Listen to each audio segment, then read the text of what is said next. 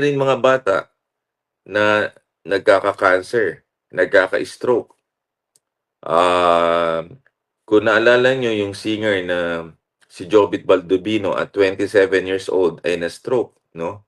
At, hindi natin alam kung ano ang kanyang risk factors pero malamang may hypertension 'yun.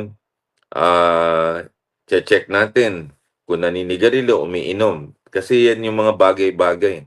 Mataas din ang mga, um, matataba ngayon sa ating society, sa ating bansa, almost 40%, at karamihan sa mga pasyente ngayon, maaga sila nagda-diabetes, maaga silang, nagha-hypertension.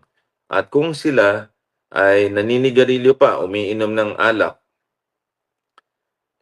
madodoble yung mga karamdaman nila. So these are things na kailangan maintindihan, 'no, 'di ba, Bob and Grace, at sa mga nakikinig. Kailangan maintindihan ho 'to, at, kung hindi, ang laking problema natin.